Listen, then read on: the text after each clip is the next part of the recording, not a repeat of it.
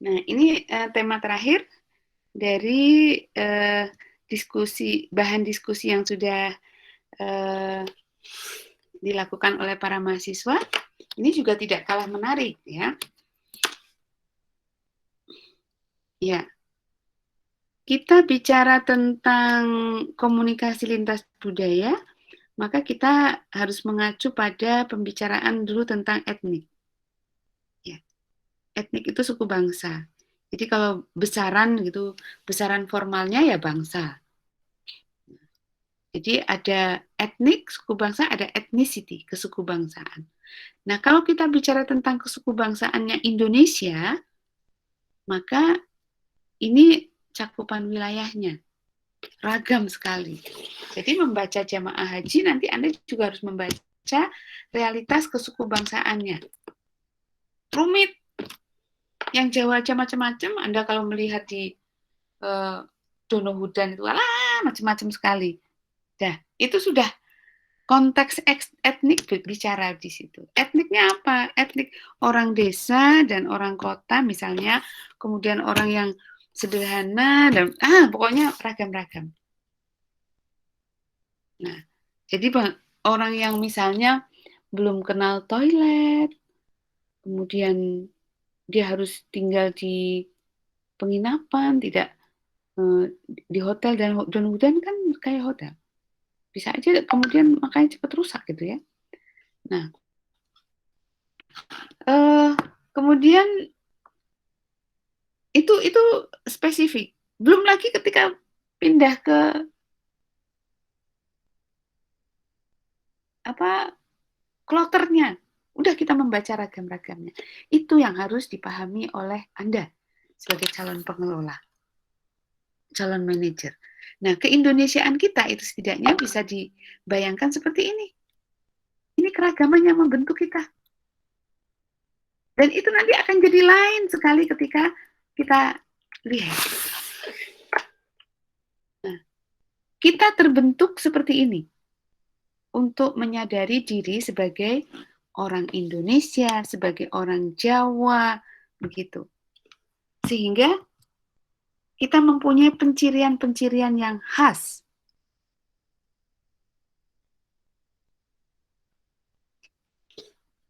Iya. Nah, ini berkait dengan nilai-nilai. Nilai-nilai itu, sensitivitas itu terbentuk karena kita menyatu. Ada nilai yang kita pegang, yang spesifik, yang itu berbeda dengan budaya yang lain.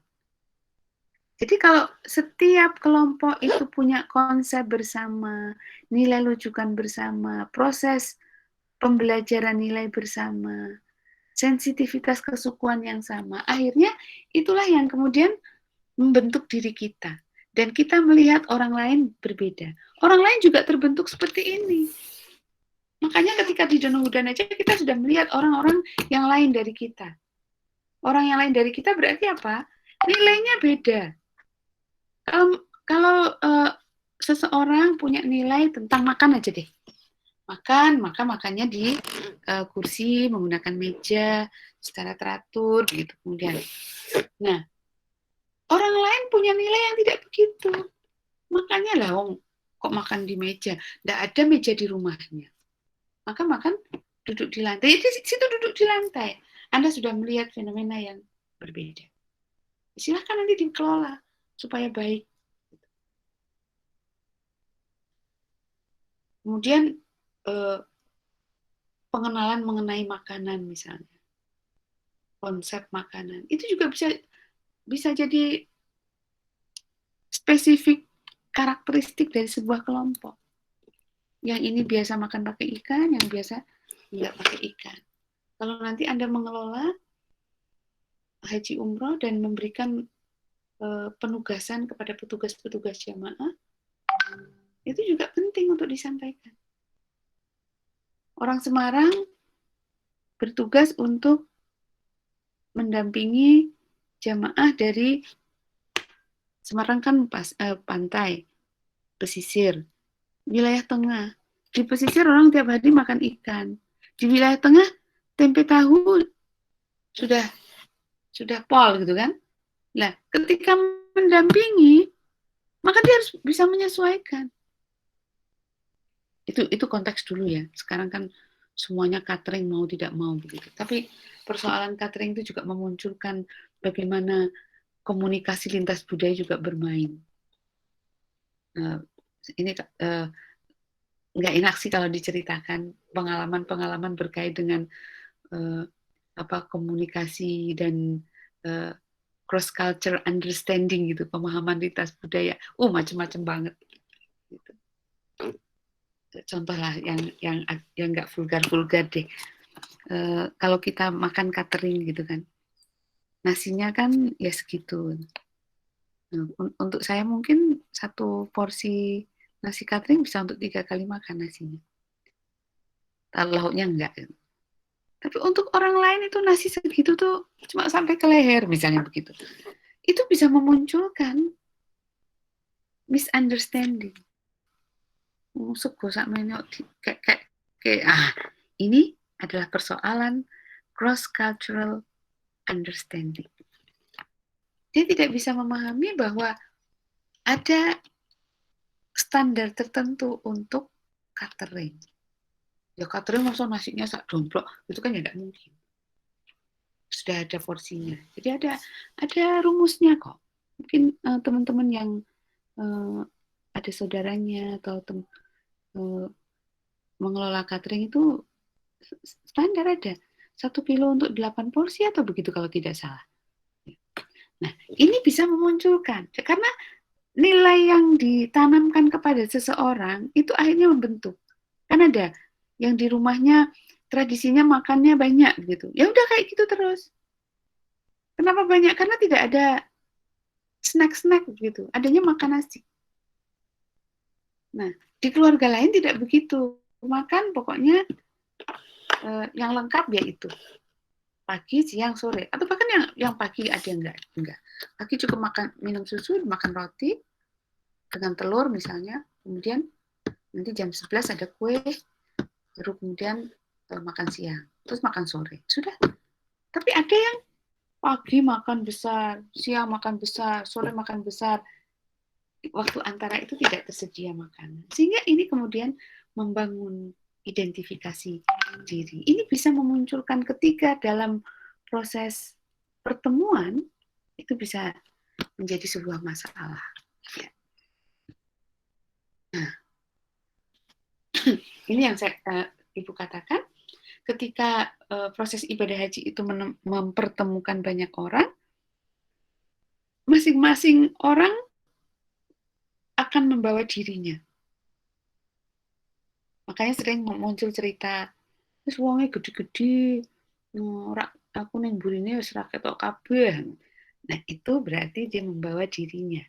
Saya kecil, dia gede. Kemudian muncul etnosentrisme, bahwa budaya saya itu paling baik. Dan stereotip, budaya orang lain itu tidak baik. Terus wongnya gede-gede,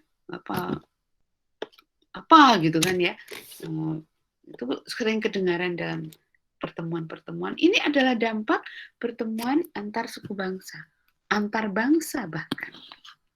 Nah, oleh karena image-image itu, ini Ibu urutkan. Nah, kita bisa membayangkan bagaimana proses intercultural understanding itu sebenarnya sudah dimulai dari awal ketika orang akan melakukan perjalanan. Sebenarnya perjalanan apa aja, hanya karena ini adalah perjalanan ibadah, maka orang banyak yang memberikan perhatian, apalagi untuk masyarakat kita. Ketika orang membayangkan bahwa orang yang tidak pernah bepergian utamanya ya, akan pergi ke Mekah, pirang jam, sangat jam numpak pesawat soko Jakarta, lah soko kene pirang jam, soko Semarang sak jam, walah lah 10 jam piye. Nah, itu sudah muncul cross cultural understanding, problem di situ. Oleh karena itu sebagai manajer nanti harus diedukasi itu calon itu. Ada proses edukasi untuk para calon jemaah haji, para pengelola pendamping ibadah haji. Ditunjukkan, harus pakai globe. Indonesia di sini, ini sini. Supaya mereka bisa paham. Dan nothing spesial di sana kok, nggak ada apa-apa. Cerita-cerita tentang orang di sana, nanti dipukuli. Kalau kamu di sini suka mukuli orang, di sana nanti akan dibales. Kalau kamu suka ngomongin orang, nanti di sana akan, wah, itu adalah proses nilai yang berjalan ketika orang akan berangkat. Itu sudah. Ada kok orang yang nggak mau berangkat haji, takut dibales di sana. Ini potensi cross-cultural misunderstanding. Ada image tentang orang sana oleh orang sini. Ini bisa memunculkan misunderstanding. Dalam pengurusan administrasi juga begitu. Oh, kok macam-macam toh? Nah, itu cross-cultural misunderstanding. Bagaimana juga orang mempersiapkan diri dan lain sebagainya sampai di sana. Itu semua ada pilihan-pilihan kelompok yang membedakan satu dengan yang lain. Oleh karena itu, ini harus dikelola. Dan harus ada upaya untuk menghilangkan lag, kesenjangan antara yang dibayangkan dengan apa yang senyatanya. Orang membayangkan perjalanan jauh, itu sak kemute. Kok ning dhuwur. Bagus sih ada yang cerita gini, wah ini awak dhewe pancen tamu Allah. Ning dhuwur pesawat lho diladeni pol-polan. Cahayu ayu kae apa pramugari ngladeni makmu. Mbuh jam piro dhek masak? Walah dikirain masak. Boro-boro mau masak ya. Nah, ini hal-hal seperti itu penting sekali untuk dikelola. Harus duduk sepanjang waktu. Kemudian dia harus toilet. Toilet kebiasaannya seperti apa? Yang harus berlaku di pesawat seperti apa? Capek loh jadi pramugari pesawat haji, Mbak, dengan ragam pengetahuan budaya yang luar biasa. Toilet di pesawat seperti itu, mereka kurang paham. Ada yang wudhu cuci kaki di situ, apa enggak bahaya? Itu kalau rembes ke bawah, apa enggak konslet mesinnya bablas? Mereka tidak biasa toilet di kloset duduk. Itu harus diajari itu. Itu intercultural community, bahwa pengetahuan tentang pesawat satu pengetahuan, orang yang berasal dari macam-macam daerah itu satu pengetahuan. Itu ranah. Anda menggali cerita-cerita itu untuk bisa dikaji, supaya menemukan cara gimana pengatasannya. Belum lagi ketika sampai di wilayah publik, itu lag-nya yang penting untuk dijembatani. Adanya kayak gitu, orangnya dengan pengetahuan kayak gini, apa yang perlu? Kalau kita menggunakan jasa, misalnya umroh dengan kelas eksekutif, itu hampir tidak ada masalah. Satu kelompok itu semua pernah perjalanan ke luar negeri dari kalangan ekonomi yang relatif sama, umroh dengan kelompok yang macam-macam, ini harus dijembatani.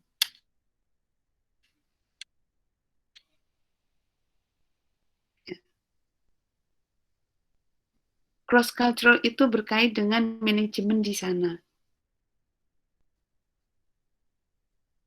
Anda sebagai calon pengelola, mungkin dalam sebuah kloter, sebuah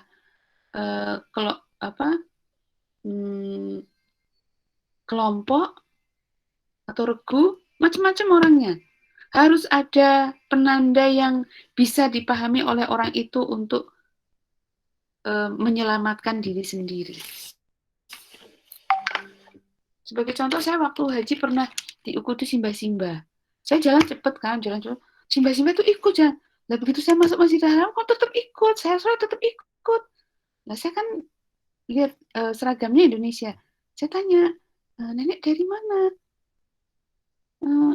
Bahasa daerah, Mbak. Coba. Terus akhirnya kan ngikuti saya terus. Saya tanya, di mana maktabnya, begitu kan ya. Ya maktabnya sih nggak jauh. Pas dari kelompoknya itu gimana cerita pengetahuan dia tentang yang inti dikenalkan. Ini juga cross cultural. Belum lagi kalau dia ketemu orang. Nyatanya dalam sebuah pertemuan besar seperti ibadah haji kan orang bertemu begitu aja dalam rangka ibadah. Jarang yang kemudian melanjutkan komunikasi dan kemudian menjalin. Nah, ini kan hal lain yang perlu juga Anda pikirkan. Nah, poin-poin di mana orang mengalami benturan secara budaya, itulah yang ingin menjadi titik tekan Ibu dalam tema ini. Oleh karena itu, silahkan Anda potret proses perbedaan itu berjalan, itu silahkan dieksplor. Nah, bagaimana orang melakukan cross-cultural understanding? Sebenarnya menyadari keberbedaan. Dari awal sadar kelompok-kelompok itu berbeda, sehingga punya konsep berbeda. Nah, kita harus memandang itu sebagai sebuah keberbedaan. Oke, dalam posisi kita masing-masing, tapi kita harus memahami dia. Saya membaca dari diskusinya, prinsipnya adalah put your shoes on their foot. Jadi kalau kita ketemu dengan orang, kita pertemanan juga bisa abadi karena begitu. Nah, itu karena kita berada dalam posisinya. Kalau kita sebagai dia tuh kayak apa? Itulah penting. Kalau begitu bisa berjalan, baru kemudian cross cultural communication itu bisa berjalan. Saya juga pernah nggak seneng sama penjual. Penjual itu kan ngeroyok kita loh itu. Indonesia, ramah, Indonesia. Kalau kita nggak jadi beli, oh Indonesia pelit katanya begitu. Oh, padahal pelit itu dalam bahasa kita itu kan nyelekit banget. Nggak mau kita dituduh pelit gitu kan. Nah, tapi dia kan nggak ngerti. Nah, itu cross cultural miscommunication itu namanya. Tapi yang dihindari itu harus dihindari. Dalam berbagai kelompok yang memungkinkan keberbedaan harus dimunculkan relasi yang baik sehingga muncul cross cultural understanding sehingga memunculkan cross cultural communication. Ibu rasa itu tema-tema besar yang sudah saudara sekalian diskusikan di kelas. Silahkan mungkin kalau ada yang mau bertanya sebelum mencoblos ya. Bu, izin Silahkan bertanya. teman-teman. Silahkan. Assalamualaikum Bu, izin bertanya. Iya. Iya, mana ini? Akuim dulu aja, Akuim. Iya Bu, Siapa? izin bertanya. Siapa? Akuim Latifah. Akuim. Ya. Gimana Mbak? Ini Bu, tadi di bagian gender dan haji umroh ini kan tadi ada imbas praktek ibadah haji di bagian gender bagi kan tidak lain karena riwayat pohon muslim yang mana anjuran Rasulullah itu ketika kita makan mahram. Nah, imbas bagi petugas sendiri itu banyaknya petugas laki-laki daripada perempuan. Nah, dilihat dari Indonesia sendiri ini kan sebenarnya satu ya Bu. Lalu dari pandangan penyetaraan gender sendiri itu haruskah porsinya tersebut disetarakan atau memang seperti itu porsinya, terlebih penyelenggara sendiri pasti banyak sekali pro tentang perempuan. Nah itu, terima kasih. Silahkan Mas Mufti.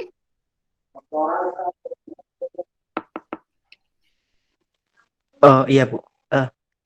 Jadi saya agak kepo ya tentang kenapa sih muncul ketimpangan gender seperti itu gitu, antara pembagian antara laki-laki dan perempuan gitu.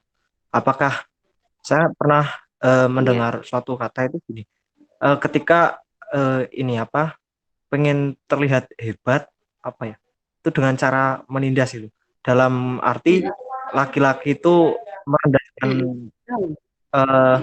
wanita, merendahkan baik dari segi harga diri atau segi profesi itu. Nah, apakah seperti itu dulunya itu, Bu? Ya. Oke, ya, bagus Mas Mufti. Oke, masih ada?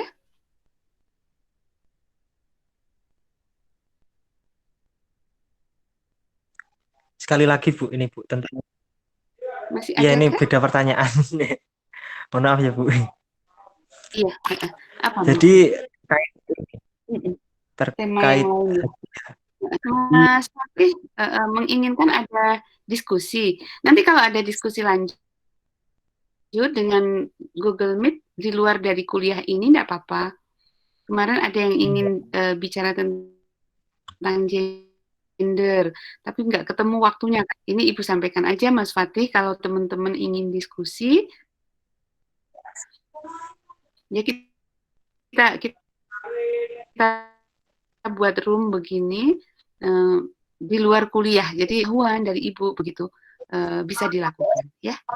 ya Bu, Mas Fatih siap. silakan. Pertanyaannya gini Bu, haji dan kekuasaan gitu. Nah, apakah ini haji itu sebagai alat kekuasaan? Misalnya yang mempunyai kekuasaan sohibul wilayah haji itu adalah Arab gitu. Apakah bisa suatu saat nanti Arab itu menindas negara yang berkaitan dengan haji dengan apa ya? Karena masalah politik gitu. Misalnya kan Arab contoh sekarang kan bentrok dengan Iran gitu. Apakah suatu saat nanti haji itu bisa di alat perpolitikan gitu? Makasih Bu. Iya. Oke, makasih. Ya. Masih ada kah? Sudah? Sudah selak kepengen nyoblos ya? Ya.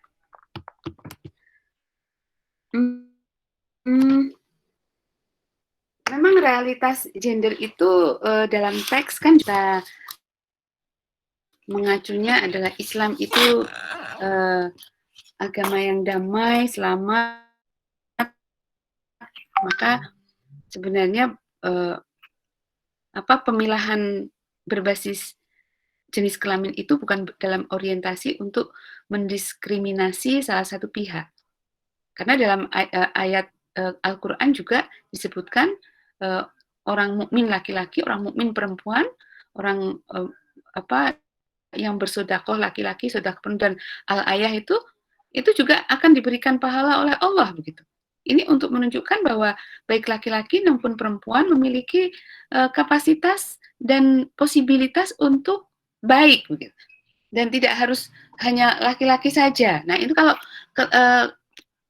statement bahwa laki-laki yang dimungkinkan untuk jadi tidak menyebutkan begitu.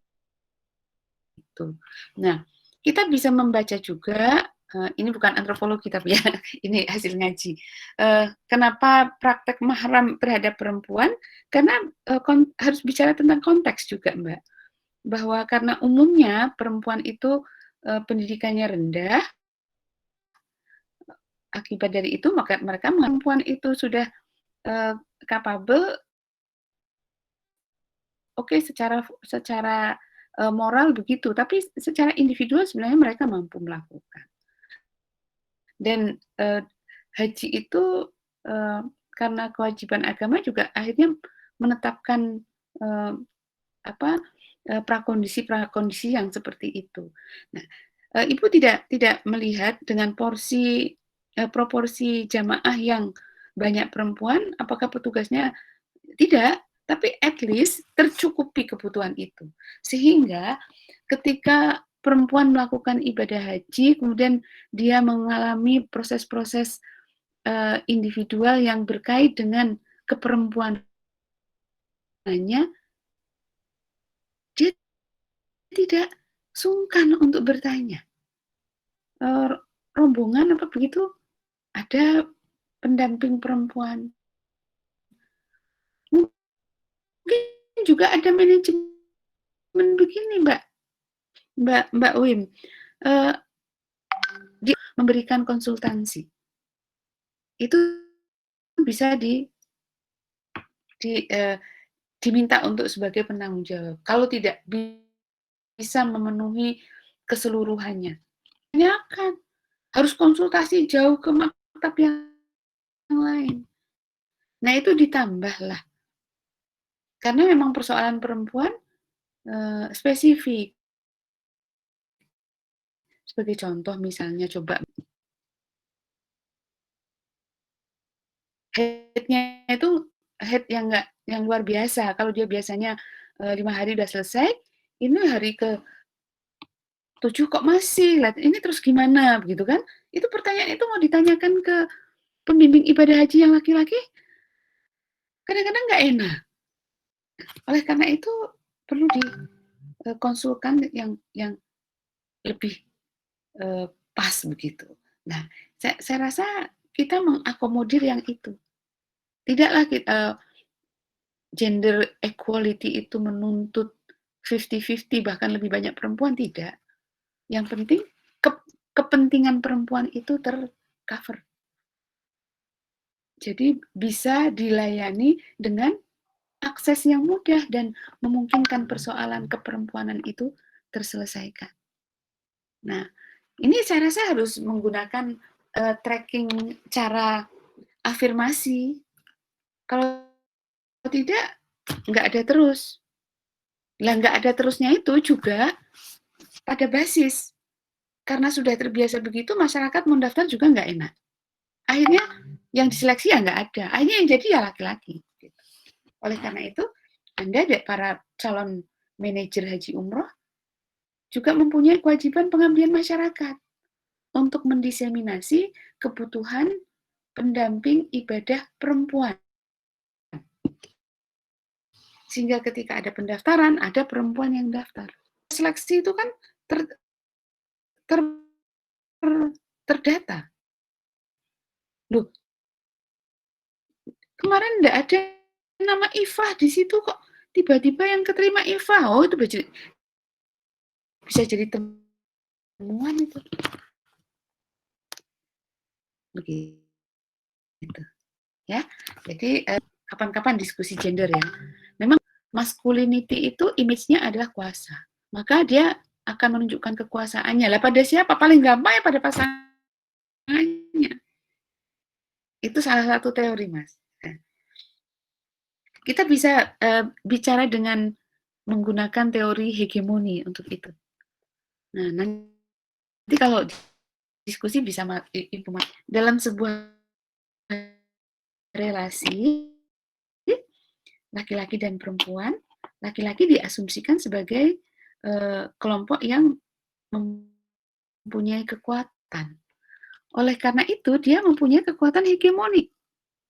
Tidak secara langsung sih diberikan, tapi dia membayangi kehidupan pihak lain itu seolah-olah dalam rengkuhan kekuasaannya.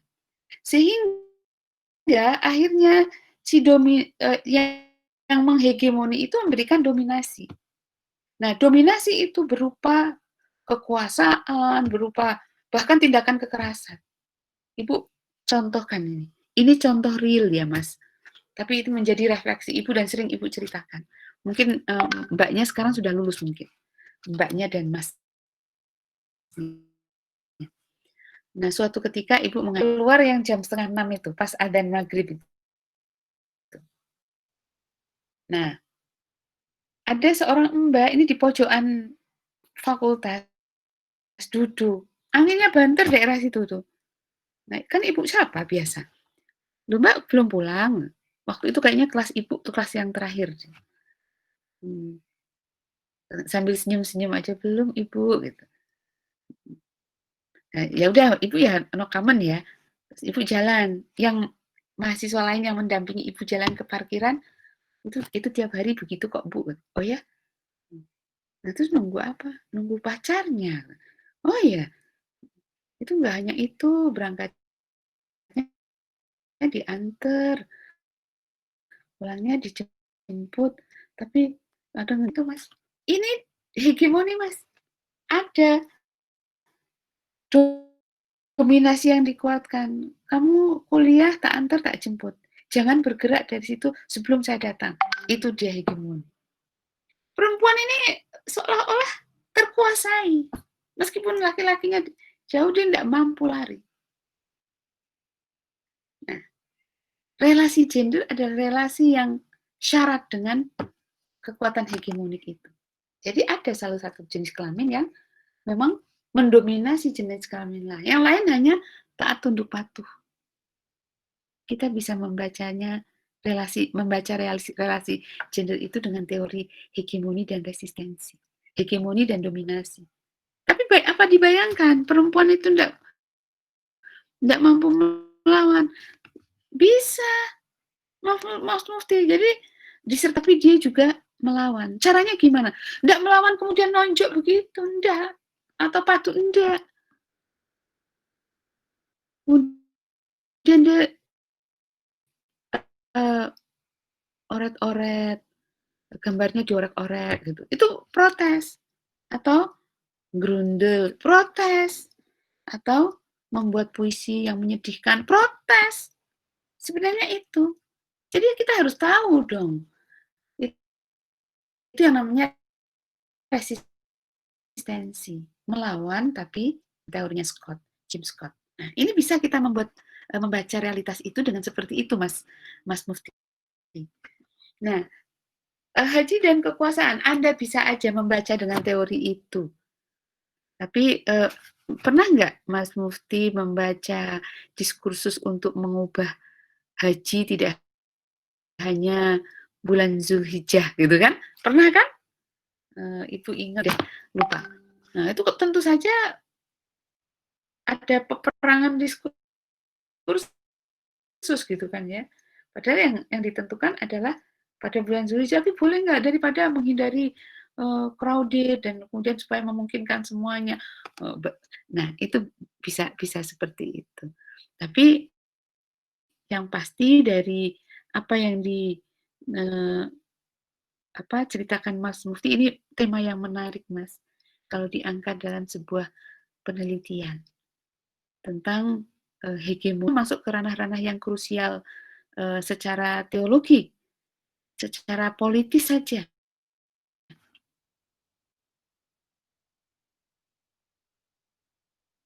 Bagaimana kooptasi ekonominya, dengan kunci, macam-macam, itu semua made in China. Nah, tapi bagaimana itu prosesnya? Saya rasa ini menarik untuk dikaji, ya. Nah, jadi kalau contohnya hubungan antar negara, ada Saudi, ada Iran atau Irak, gimana dominasinya? Dominasinya mungkin tidak berkait dengan pelaksanaan ibadah haji. Wes, pokoknya kalau dulu waktu Ibu Haji juga ada banning untuk beberapa negara. Arabia ini berkait dengan politik. Nah, ini saya rasa juga menarik untuk dilihat, Mas Mufti.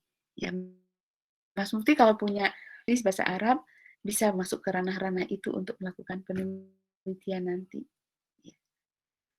Ibu rasa begitu? Ya? Oh iya Bu, terima kasih Bu. Mas Fatih? Nggih, Bu. Iya.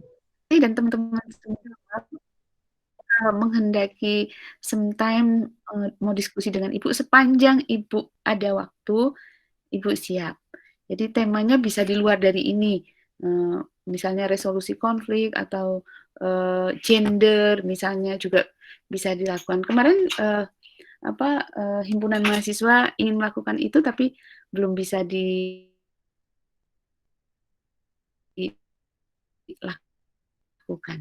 Lebih waktunya dan kita harus buru-buru ke TPS ya. Saya rasa itu dulu. Nanti siang Ibu sampaikan soal ujiannya dan juga penjelasan mengenai artikelnya. Gitu Mas Fatih? Iya Bu, terima kasih atas waktunya Bu.